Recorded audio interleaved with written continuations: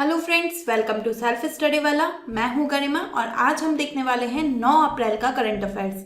ये जो current affairs है ये UPSC CSC exam, UP PCS exam और इस तरह के जो भी वनडे एग्जाम्स हैं उनके लिए आपके लिए काम आने वाला है। हिंदी इंग्लिश दोनों में अवेलेबल है और इसकी पीडीएफ मिलेगी आपको हमारे टेलीग्राम चैनल पे।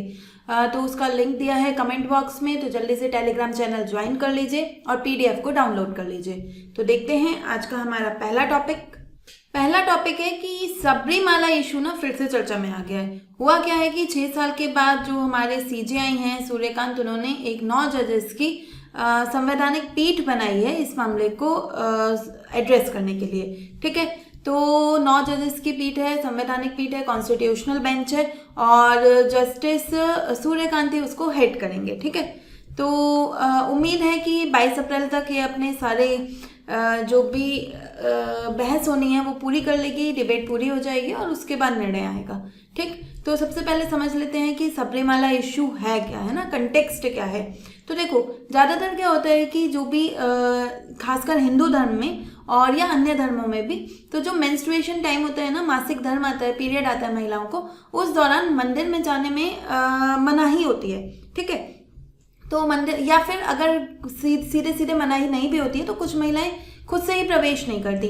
कारण क्या है कि उस समय महिलाओं को अस्वच्छ माना जाता है। ठीक है, तो ये ज़्यादातर मंदिरों में चलता है ये सिस्टम।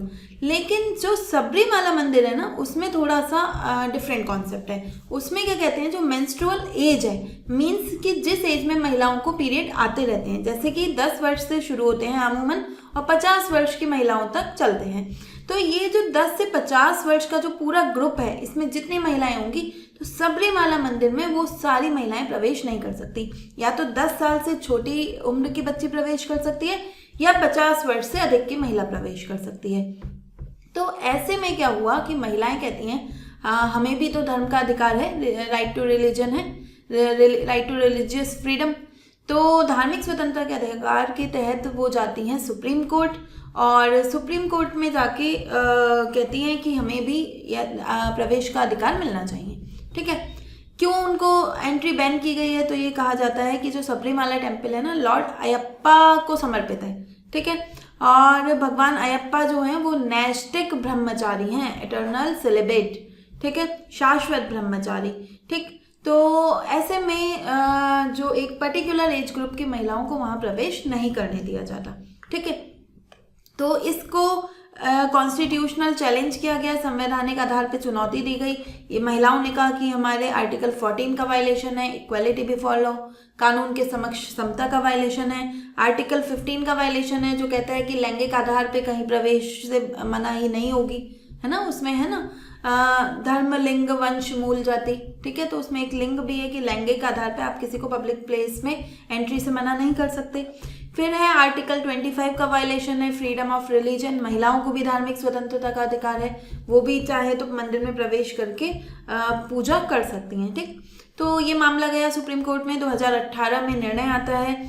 केस का नाम ध्यान रखना है। क्यों नाम ध्यान रखना है, पीटी में नहीं आएगा, कम चांसेस है। मीन्स कहाँ पे आ सकता है, आपको मेंस में ना, इसको अगर आप लिख कर आएंगे, ठीक है, कोई महिला से रिलेटेड कोई केस है तो वहाँ पे अगर आप लिख के आएंगे कि Indian young lawyer association versus state of Kerala case में सुप्रीम कोर्ट ने ऐसा कहा, तो क्या होता है, आपकी बात में वजन आ जाता है। ठीक है, तो आपको ज़्यादा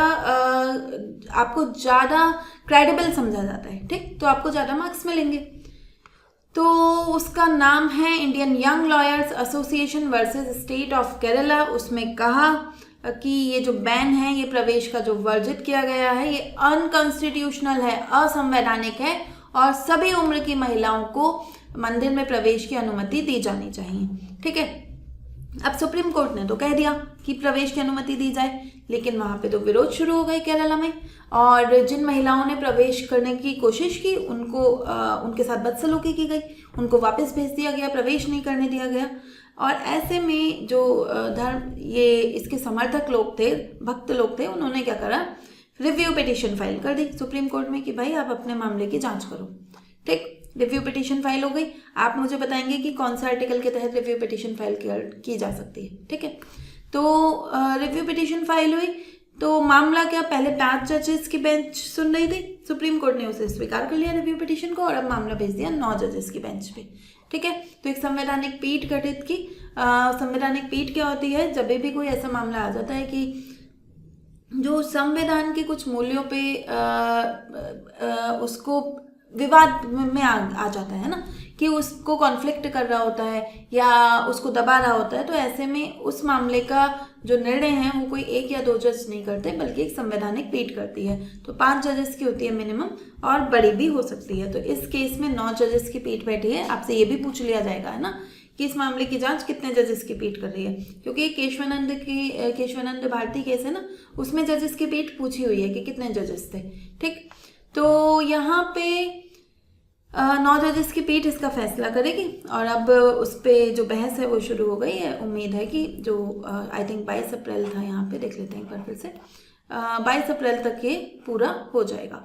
ठीक है, ये बहस पूरी हो जाएगी। यस, 22 अप्रैल है, तो 22 अप्रैल तक बहस पूरी हो जाएगी और फिर कोर्ट अपना निर्णय देगा। ठीक, तो जो लोग कॉन्फ्लिक्ट क्या है यहाँ पे, कॉन्फ्लिक्ट है कि जो महिलाओं की रिलीजियस फ्रीडम है, right, fundamental right of women है, वो रिलीजियस ट्रेडिशन के साथ कॉन्फ्लिक्ट में है ना। ट्रेडिशन कहता है कि महिलाओं को नहीं जाने दो, लेकिन फंडामेंटल राइट कहते हैं कि प्रवेश को आप वर्जित नहीं कर सकते लिंग के आधार पे।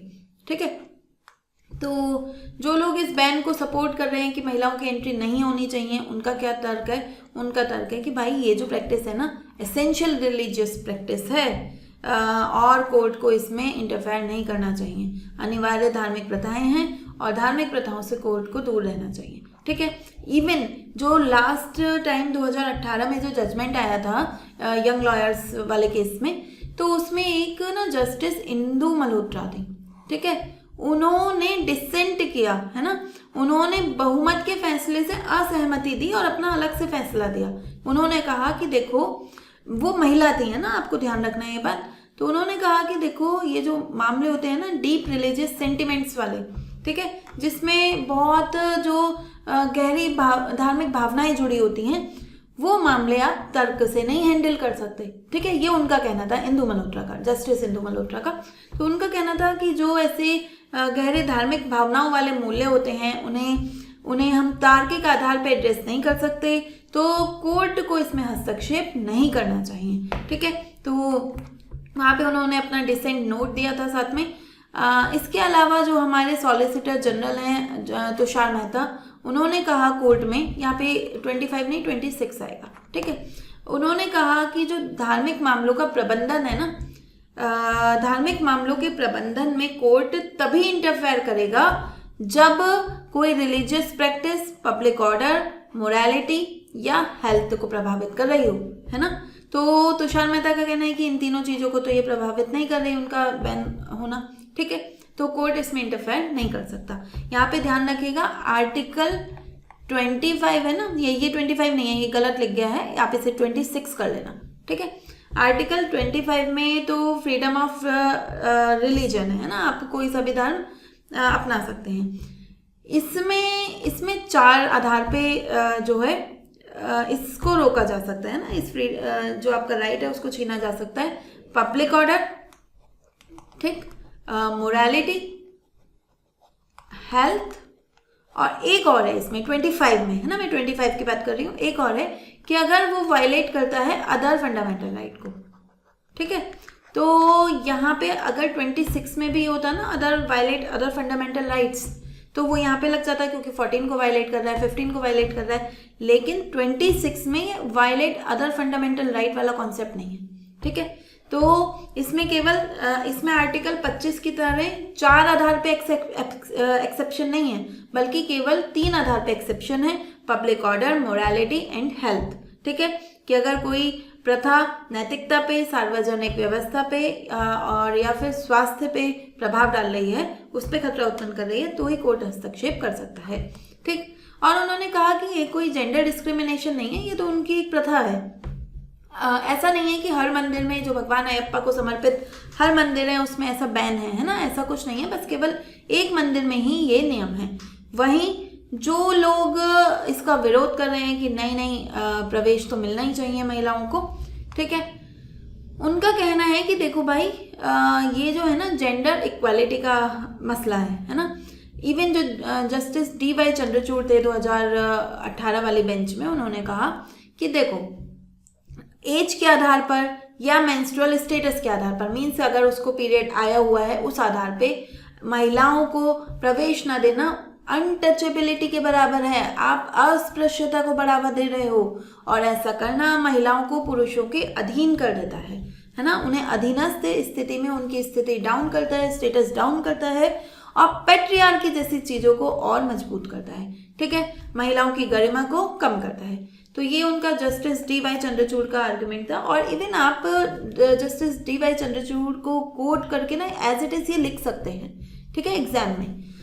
नेक्स्ट है उनका कहना है कि यहाँ पे जो हमारी जस्टिस हैं BV नागरत्ना, ठीक है, ये उनका स्टेटमेंट है। उन्होंने कहा कि ऐसा कैसे हो सकता है कि 3 दिन कोई महिला अस्पृश्य है और फिर अछूत है और फिर चौथे दिन सही हो गई, है ना। ये आप एक सामाजिक बुराई को बढ़ावा दे रहे हो। ठीक है, महिलाओं की गरिमा को खतरे में डालती है ये इस प्रथा और सामाजिक बुराई को बढ़ावा देती है। इसके अलावा कॉन्स्टिट्यूशनल मोरालिटी भी इसको मना करती है ना। कॉन्स्टिट्यूशन के साथ तो कॉन्फ्लिक्ट में है ये।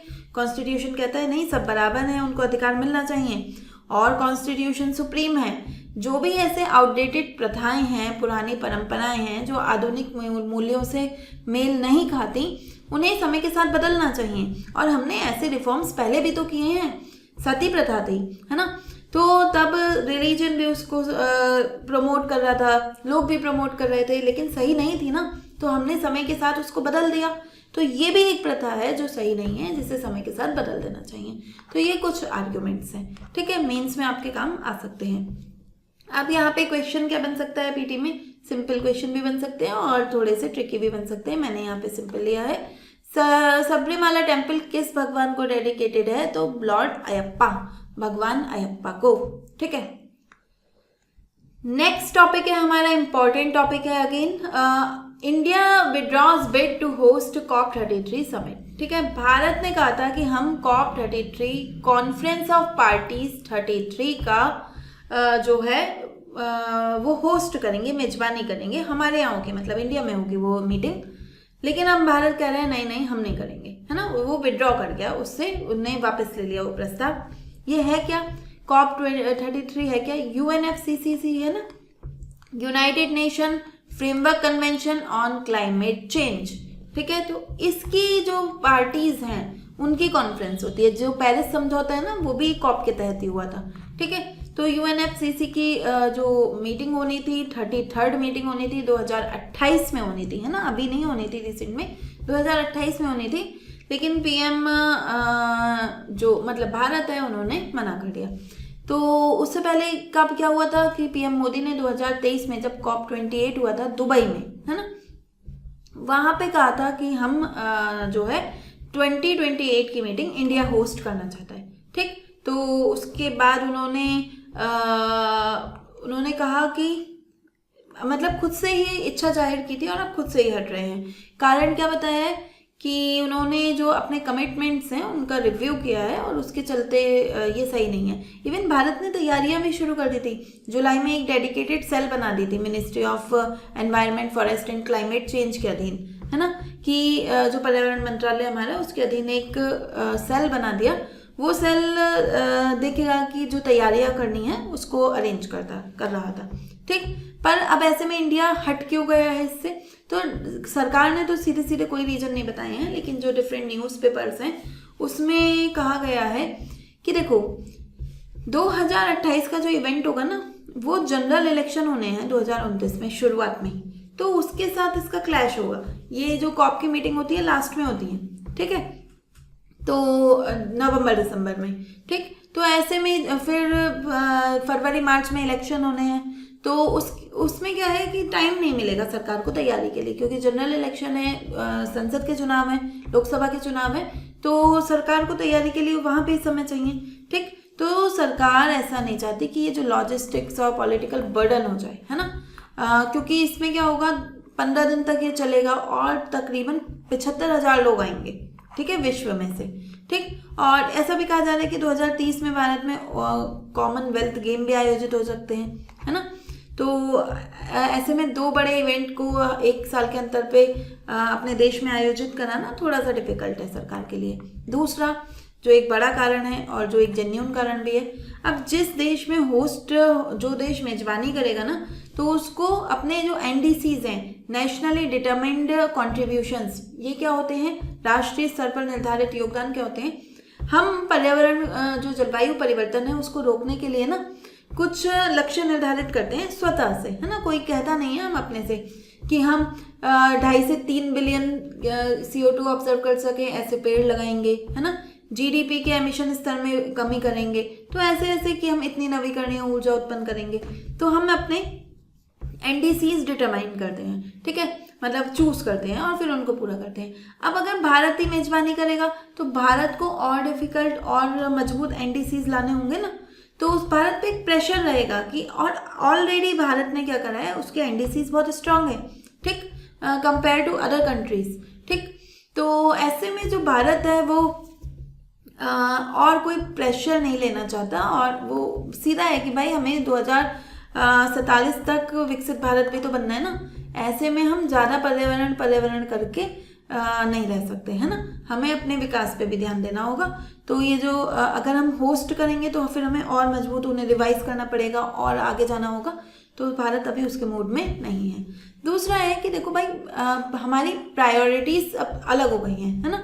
अब वेस्ट एशिया क्राइसिस नहीं हुआ था तो बात अलग थी, मोदी जी ने कह दिया था 2023 में, उन्हें थोड़ी ना पता था कि ईरान और इजराइल का युद्ध छिड़ जाएगा, एनर्जी के प्राइसेस, जो हमारे एनर्जी क्राइसिस है वो आ जाएगा और जो उसके प्राइसेस हैं वो आसमान छुएंगे, है ना, ऊर्जा की कीमतें।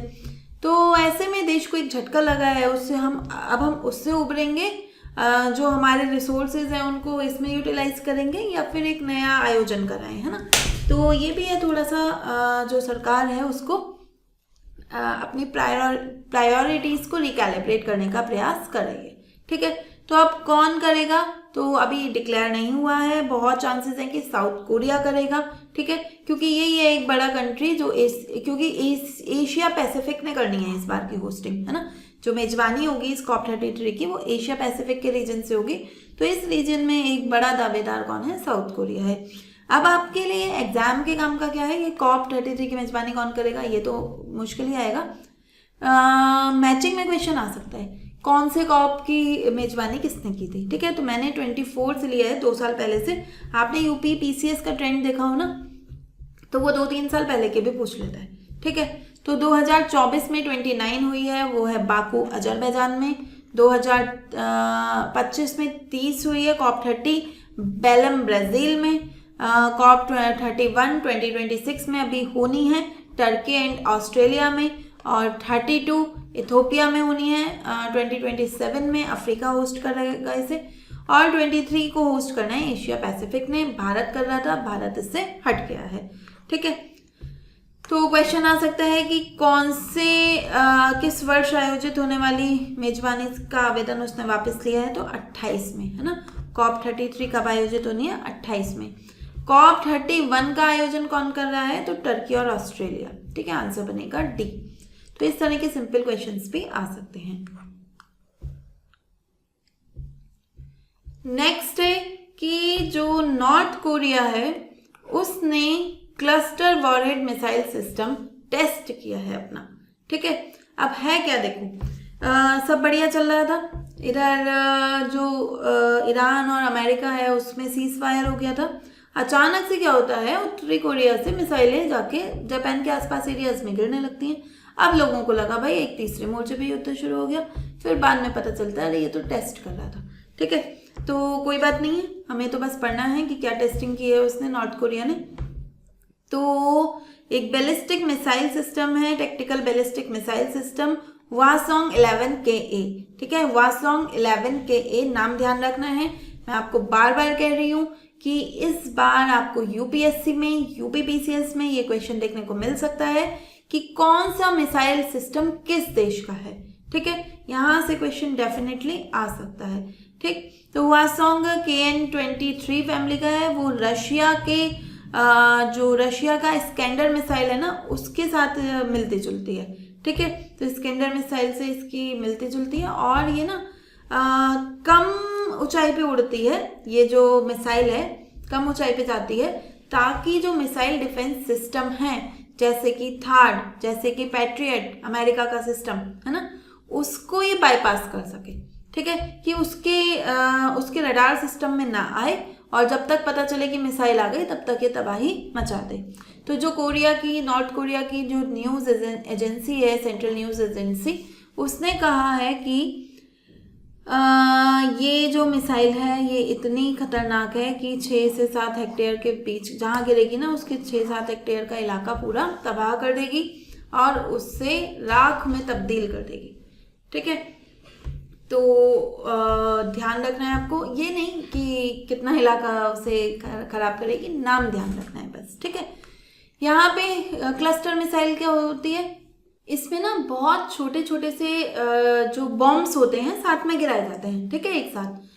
तो ऐसे ही मिलती जुलती ना हमारी एक MIR भी है, इंडिया के पास भी है, multiple independently targetable re entry vehicles. ठीक है, इसमें क्या होता है, देखो अब ये दोनों ना अलग अलग हैं, इनमें क्या अंतर है मैं आपको बताती हूँ। जैसे क्लस्टर होगा ना, तो उनने एक एरिया चूज किया और यहाँ पे मिसाइल गिरी तो बस इसके आसपास में बहुत सारे बम गिरा देगा ये। ठीक है, तो ये हो गया क्लस्टर बम। ठीक है, ये क्लस्टर मिसाइल। लेकिन जो MIRV है वो यहाँ से हमने छोड़ी तो एक मिसाइल इधर को भेज सकते हैं, एक इधर को, एक इधर को, उसको हम जो अलग अलग टारगेट है ना उसको हिट कर सकते हैं एक साथ। लेकिन यहाँ पे क्या होगा, अलग अलग टारगेट नहीं है, एक ही टारगेट है और सारी जो बॉम्ब्स हैं वो उसी के आसपास ही गिरा दिए जाएंगे। ठीक है, तो ये थोड़ा सा इसका अंतर है। यहाँ पे ये क्षेत्रीय अस्थिरता को दिखाता है कैसे, कि एक तरफ तो US और ईरान का सीज फायर होता है और वहीं दूसरी तरफ नॉर्थ कोरिया में ये मिसाइल वाला, जैसे मैंने आपको बताया कि जापान की तरफ ये मिसाइलें छोड़ने लगते हैं, तो ये US को याद दिलाता है कि भाई आपका एक और फ्रंट तैयार हो रहा है ना, और उसके लिए भी तैयारी कर लो और जल्दी ही वहाँ पे भी वॉर देखने को मिल सकती है। और यहाँ पे एक और बात भी है। ठीक है, चाइना के जो फॉरेन मिनिस्टर हैं, विदेश मंत्री हैं, वांग यी, वो प्योंगयांग गए थे। प्योंगयांग क्या है, प्योंगयांग नॉर्थ कोरिया की राजधानी है। ठीक है, अब देखो हमने यहाँ पे राजधानी भी देख ली है ना। आप मुझे बताएंगे तंजानिया की राजधानी क्या है। ठीक है, तंजानिया की राजधानी हमने 2 दिन पहले देखी है। ठीक, INS ट्रिकंड गया था वहाँ पे। ठीक है, तो आप मुझे कमेंट बॉक्स में बताएंगे कि तंजानिया की राजधानी क्या है। तो देखो अब राजधानी याद करने बैठोगे मुश्किल हो जाएगी, पूरे 200 देश हैं। आसान तरीका है कि जो जो चर्चा में आते थे उस पर नज़र बना के रखो, 4 बार पढ़ोगे अपने आप ही याद हो जाएगी। ठीक है, तो यहाँ पे हमने देख लिया इसे। तो यहाँ पे वांग यी गए हुए हैं प्योंगयांग, माने नॉर्थ कोरिया गए हुए हैं। तो ऐसे में इस टेस्ट को करना बताता है कि ये जो बीजिंग है, प्योंगयांग है और मॉस्को है, मतलब चाइना, नॉर्थ कोरिया और रशिया, इनके बीच में कुछ खिचड़ी पक रही है। ये एक धुरी, एक एक्सिस तैयार हो रही है। ठीक है, क्वेश्चन क्या आ सकता है, Hwasong 11A मिसाइल सिस्टम कहाँ का है, किस देश का है, तो आंसर आएगा नॉर्थ कोरिया का है। ठीक, नेक्स्ट टॉपिक है हमारा किंग फाहद कॉजवे। ठीक है, किंग फाहद कॉजवे क्या है, यहाँ पे देखते हैं। सऊदी अरेबिया और बहराइन को जोड़ने का एक सिस्टम है। ठीक है, तो यहाँ पे देखिए, ये है सऊदी अरेबिया, ये है बहरीन, तो बहरीन को सऊदी अरेबिया से जोड़ता है ये ऐसे। ठीक है, समुद्र के ऊपर बना हुआ है, मैं दिखाती हूँ कैसे। ये देखिए इस तरह से ये बना हुआ है। ठीक, तो एक इंजीनियरिंग मार्वल है एक, कि समुद्र के ऊपर इतनी बढ़िया रोड बना रखे हैं इन्होंने सऊदी अरब को बहरीन से जोड़ने के लिए। ठीक, तो चर्चा में क्यों है, चर्चा में इसलिए है भाई कि जो हमारा ईरान है उसने इसको धमकाया था कि हम इसे उड़ा देंगे। ठीक है, तो बहरीन ने क्या करा, सऊदी अरेबिया ने क्या किया, इसको बंद कर दिया। ठीक, कि अब इस पे जो है आवाजाही बंद करो और हो सकता है कि इस पे खतरा हो, इस पे कोई मिसाइल आके गिर जाए।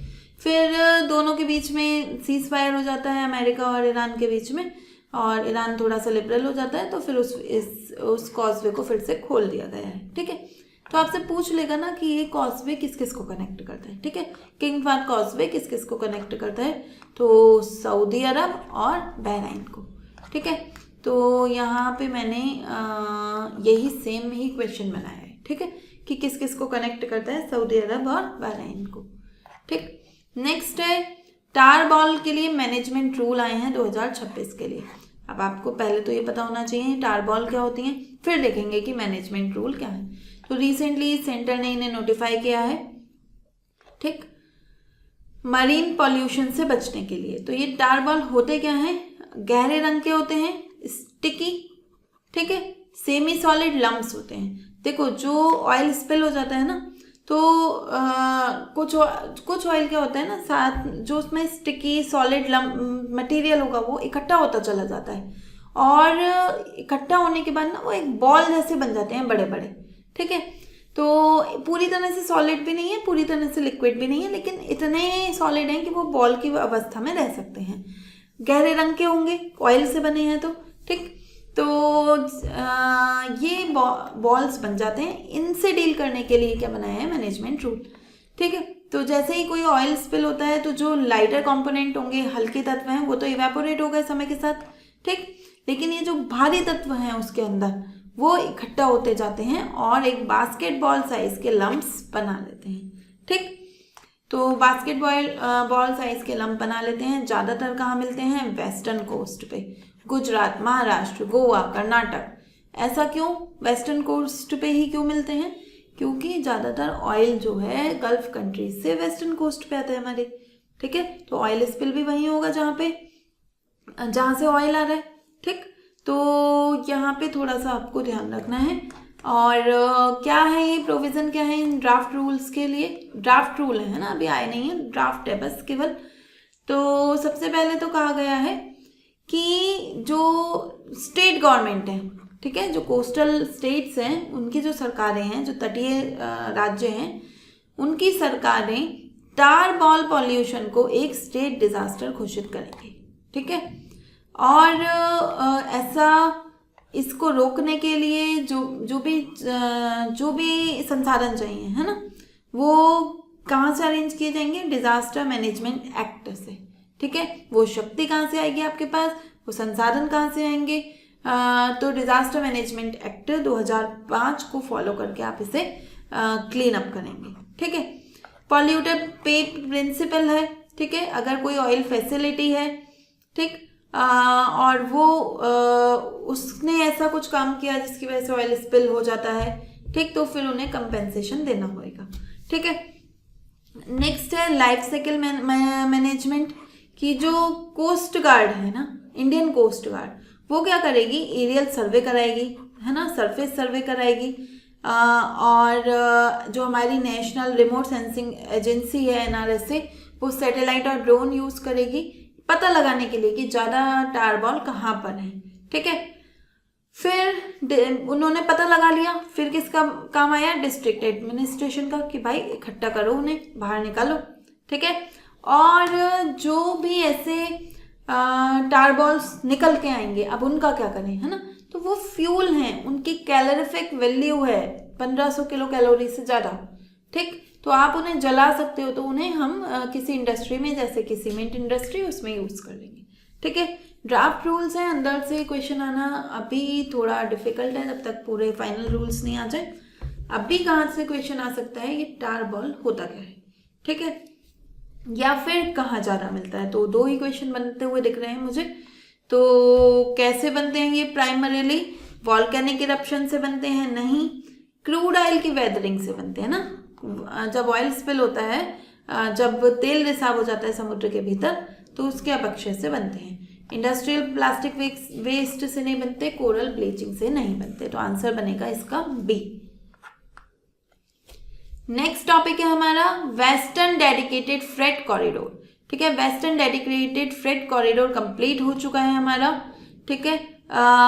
इसने जो लास्ट सेक्शन था 102 किलोमीटर का JNPT से न्यू सफेल को जोड़ने का, उसको पूरा कर लिया है, 31 मार्च को पूरा किया था, और अब ये पूरी तरह से तैयार है, ठीक।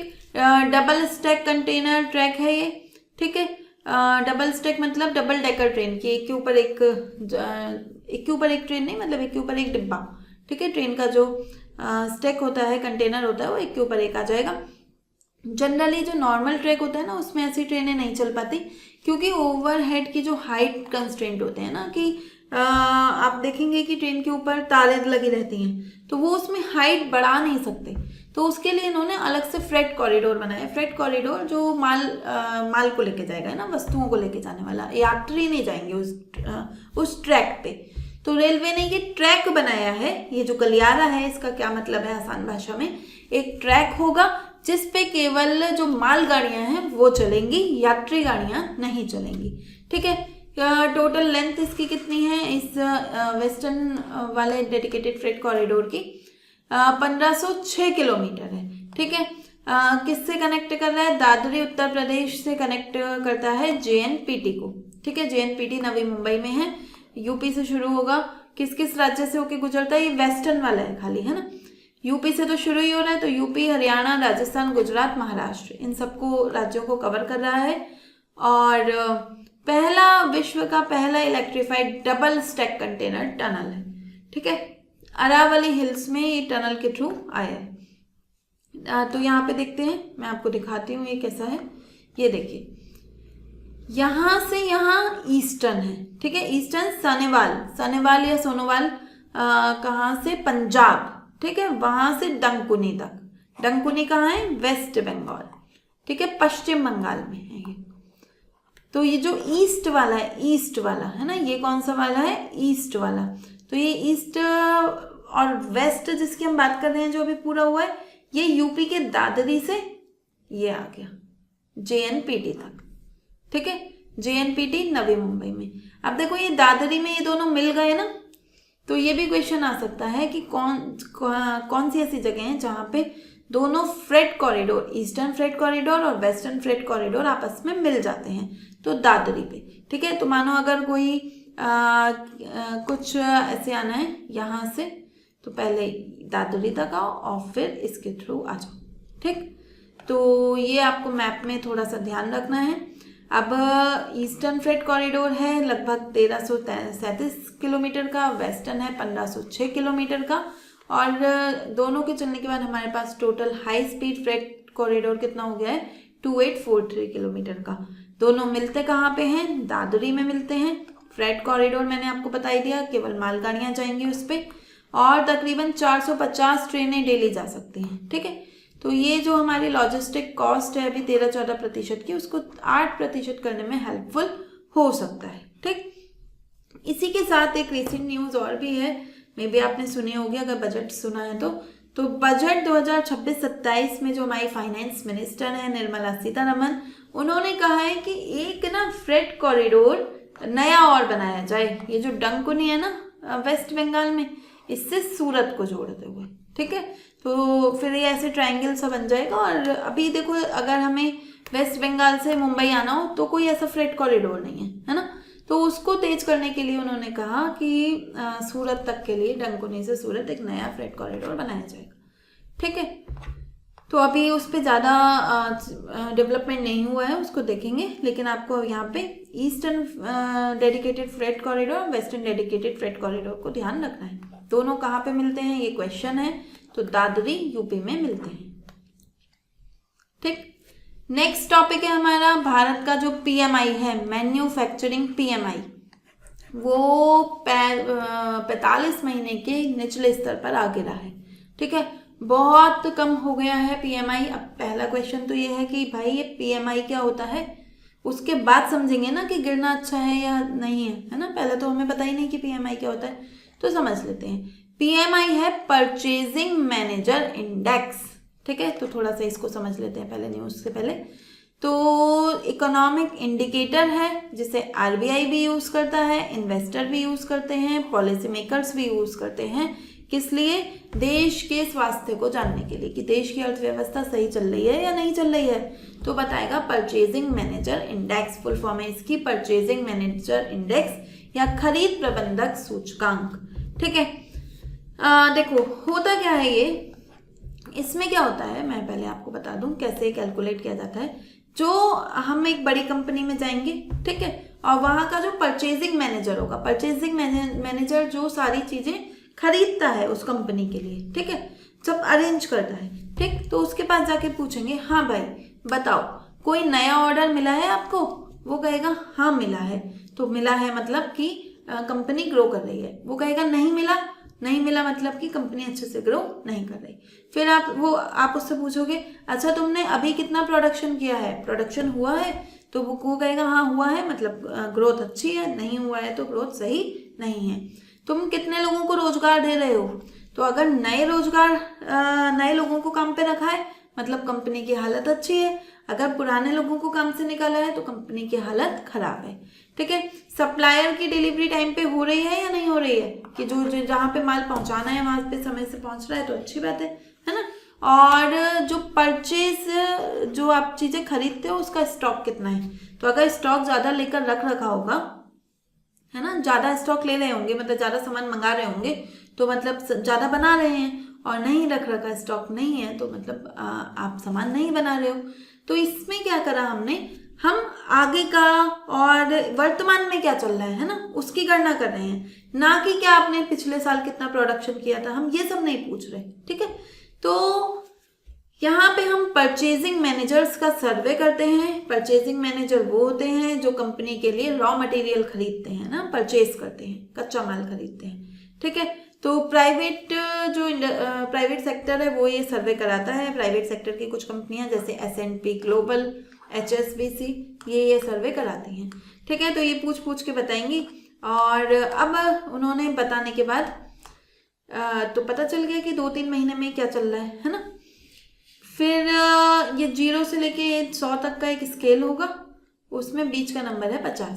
अगर 50 से कम आया तो मतलब आपकी जो इकोनॉमी है वो कमज़ोर हो रही है, 50 से ज़्यादा आया तो इकोनॉमी में वृद्धि हो रही है, और अगर वो नंबर 50 आया PMI इंडेक्स तो इसका मतलब ना वृद्धि हो रही है ना कमी हो रही है, जो हाल पे थे उसी हाल पे हो। ठीक है, तो में भी समझ आ गया होगा है ना। तो अब देख लेते हैं न्यूज़ क्या है। ठीक, तो ये जो हमारा परचेजिंग मैनेजर इंडेक्स था वो 45 महीने के सबसे कम स्तर पे आ गया 53.9 पे। ठीक है, लेकिन यहाँ देखो फरवरी में ये था 56.9 और अब घट के आ गया 53.9, मतलब कि स्थिति खराब तो हो रही है लेकिन अभी भी देखो 50 से ऊपर है ना। तो मतलब इकोनॉमी का विस्तार तो हो रहा है। ठीक है, इकोनॉमी अभी खतरे में नहीं है, लेकिन जितनी तेजी से पहले बढ़ रही थी उतनी तेजी से अब नहीं बढ़ रही, कंपैरेटिवली स्लो हो गई है। ठीक है, 2 तरह का PMI होता है, मैन्युफैक्चरिंग और सर्विस PMI। तो ये मैन्युफैक्चरिंग आया है। ठीक है, मार्च महीने का। ठीक, तो यहाँ पे अच्छी बात यह है कि 53rd ऐसा ये महीना है लगातार चलता हुआ जहाँ पे बस हमारे 50 से ऊपर बना हुआ है ना, एक्सपेंशन हो रहा है। ठीक, हालांकि एक्सपेंशन की दर कम हो गई है लेकिन अभी भी हमारी इकोनॉमी एक्सपेंड कर रही है। कारण क्या है, क्यों हमें कमी देखी जा रही है कि 45 महीने के सबसे कम स्तर पे आ गया है। भाई ये जो जियोपॉलिटिकल शॉक्स लग रहे हैं है ना, कभी रशिया यूक्रेन लड़ने लगते हैं तो समस्याएं क्रिएट हो जाती हैं। अब सब बढ़िया चल रहा तो ईरान US लड़ने लगे तो हमें एनर्जी क्राइसिस आ गया।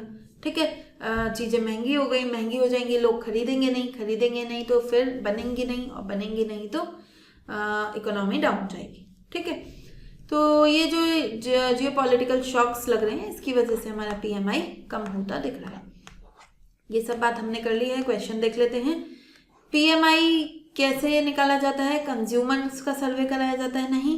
इंडस्ट्रियल प्रोडक्शन डेटा पे कितना औद्योगिक उत्पादन हुआ, नहीं, है ना। हम करते हैं सर्वे परचेजिंग मैनेजर्स का, जो खरीद प्रबंधक हैं उनका सर्वेक्षण किया जाता है।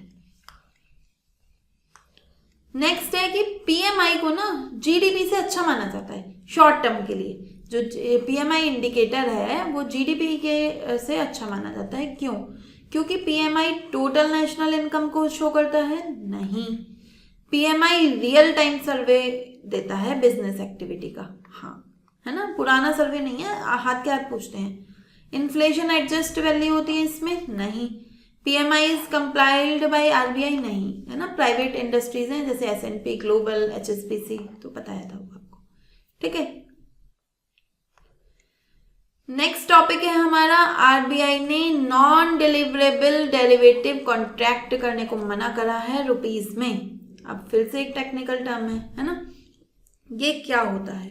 ठीक, तो RBI ने इसे बैन करा है, मना करा है कि भाई जो ऑथराइज डीलर हैं, जो बैंक्स हैं, उनसे कहा है कि भाई ये NDDCs में आप पैसा मत लगाओ, इनको डिमोट करो, है ना। तो देखो होता क्या है, दो लोग हैं, एक है A, एक है B, एक हमारे देश में है A, B दूसरे देश में है, तो शर्त लगाते हैं, ये सिंपल, ठीक। अभी $1 मानो 90 रुपए का है, ठीक है।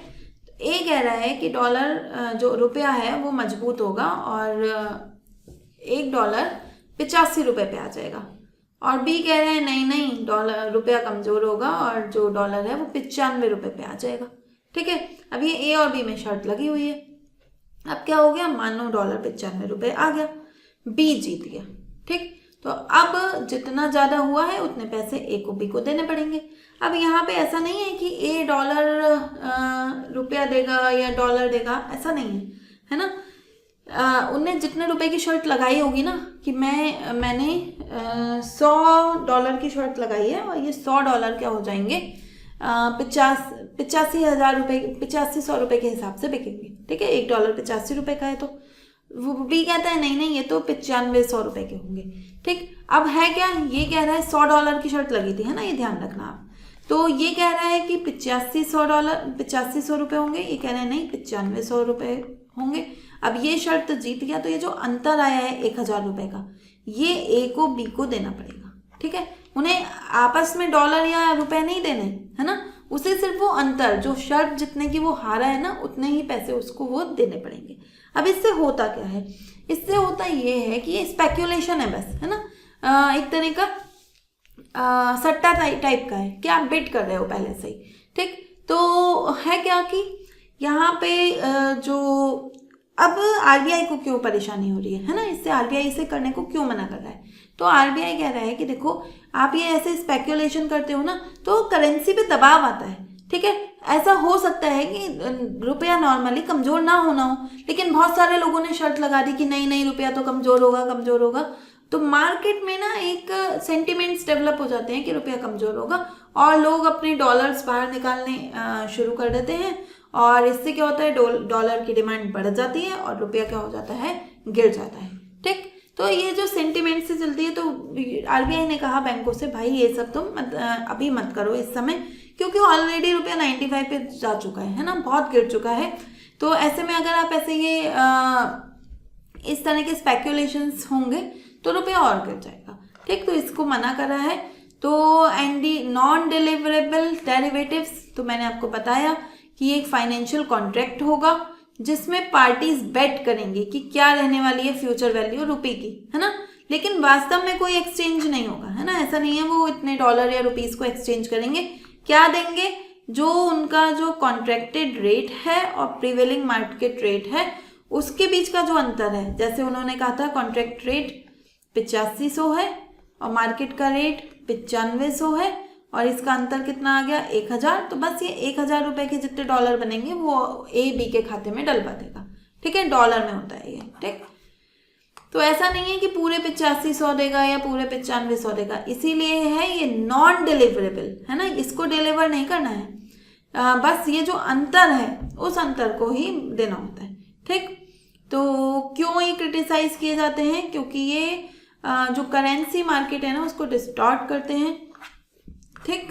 तो आपसे पूछ सकता है, क्वेश्चन आ सकता है, नॉन डिलीवरेबल डेरिवेटिव्स में क्या इन्वॉल्व होता है, फिजिकल डिलीवरी करनी होती है करेंसी की, नहीं, एक्चुअल एक्सचेंज नहीं होता, सही बात है ना, ओनली स्टॉक ट्रेडिंग होती है या गोल्ड एक्सचेंज होता है, ये भी नहीं है, ठीक है।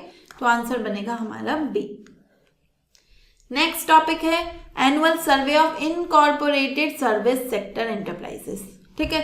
तो NSO ने ये सर्वे रिलीज किया। NSO किसके अधीन आता है, नेशनल स्टैटिस्टिक्स ऑफिस या फिर राष्ट्रीय सांख्यिकी कार्यालय, ये आता है सांख्यिकी और कार्यक्रम कार्यान्वयन मंत्रालय के अधीन, ministry of statistics and programme implementation के अधीन, ठीक है। तो इसने ये पहली बार ऐसा सर्वे कराया है इनकॉर्पोरेटेड सर्विस सेक्टर का, ठीक है। तो सर्विस सेक्टर देखो दो तरह का, एक है कॉर्पोरेटेड, एक है नॉन इनकॉर्पोरेटेड, एक है इनकॉर्पोरेटेड, मतलब निगमीय, है ना। तो एक है निगमीय और एक है जो हमारा असंगठित सेक्टर है ना, इनफॉर्मल सेक्टर।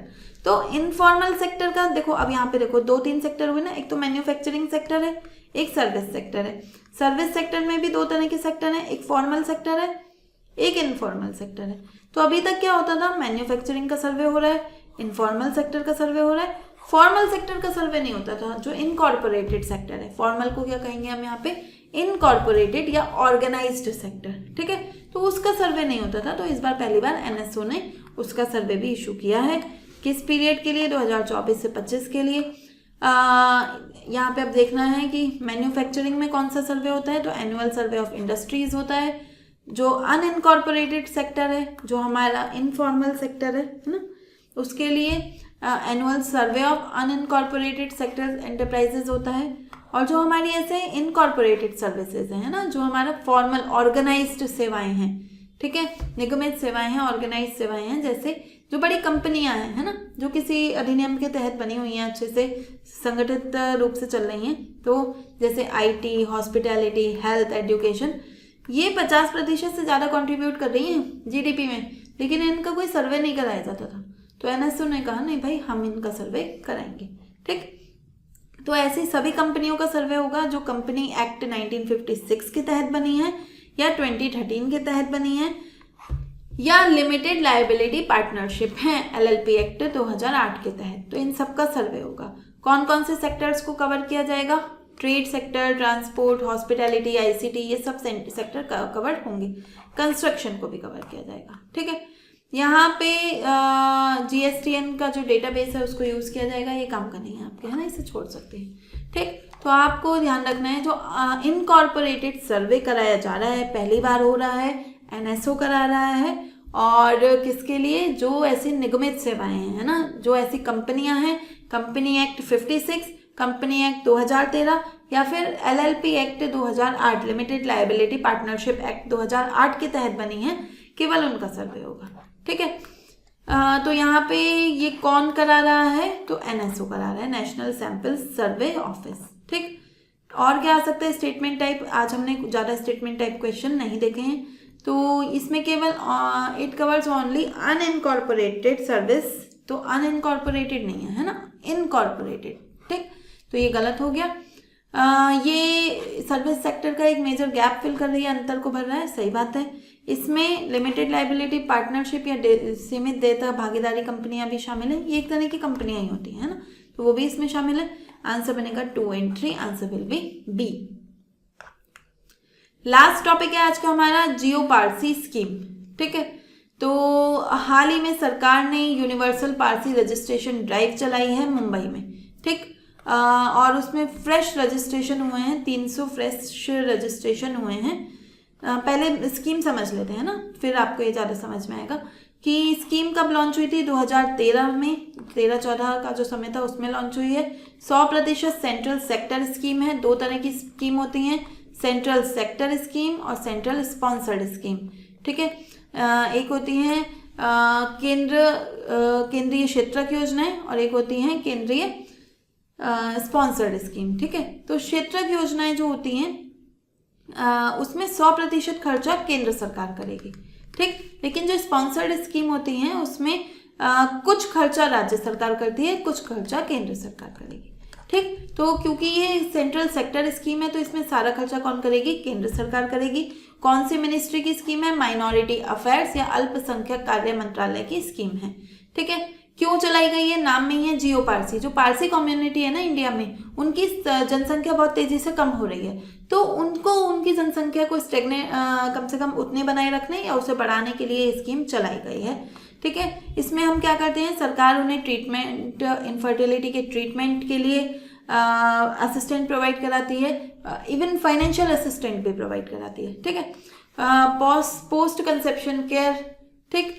अगर मतलब जब प्रेग्नेंट हो जाते हैं, कंसीव कर लिया, तो उसके बाद की केयर, महिलाओं की बच्चे हो गए हैं तो उनकी केयर, बच्चों चाइल्ड केयर के लिए सपोर्ट देते हैं, और एल्डरली का सपोर्ट है ना, जो बुजुर्ग लोग हैं उनको भी सपोर्ट करेंगे, ठीक। तो इसके लिए, इन सब के लिए जो भी टेक्निकल या फाइनेंशियल जिस भी तरह की असिस्टेंस है वो सब सरकार प्रोवाइड करा रही है। तो अभी तक क्या था कि लोग जाके इस पोर्टल पे रजिस्टर कर सकते थे, है ना, और सहायता ले सकते थे, लेकिन लोग करते नहीं थे, अवेयरनेस नहीं होगी या फिर जो भी है। तो सरकार ने अब स्पेशल कैंप लगा दिया, रजिस्ट्रेशन ड्राइव चला दी कि आओ आओ अब करना पड़ेगा, है ना, ढूंढ ढूंढ के रजिस्ट्रेशन करवा रही है ताकि उनकी मदद की जा सके। ठीक है, तो पहले तो क्या होता था कि ऐसा था कि जो पैसिव अवेयरनेस है ना, कि बस हमने एक स्कीम चला दी, ऐसा नहीं करा सरकार ने। अब ये जो फैसिलिटेशन कैंप लगाए कि ताकि कोई भी मेंबर पीछे ना रह जाए, है ना, किन्हीं भी कारणों से। तो एक जो पैसिव मोड था उससे सरकार एक एक्टिव मोड में आ गई है। ठीक है, तो कैंप लगाया गया है। तो बस आपको ये स्कीम याद रखनी है। कब से लॉन्च हुई थी क्वेश्चन है, तो 2013 से ये लॉन्च हुई है। तो यहाँ पे हमारा आज का करंट अफेयर समाप्त होता है। उम्मीद करती हूँ आपको पसंद आया होगा, और पसंद आया है तो इसे लाइक कीजिए, शेयर कीजिए, इस पर मुझे बताइए कमेंट बॉक्स में आपको कैसा लगा है, और मिलते हैं नेक्स्ट क्लास में। Thank you.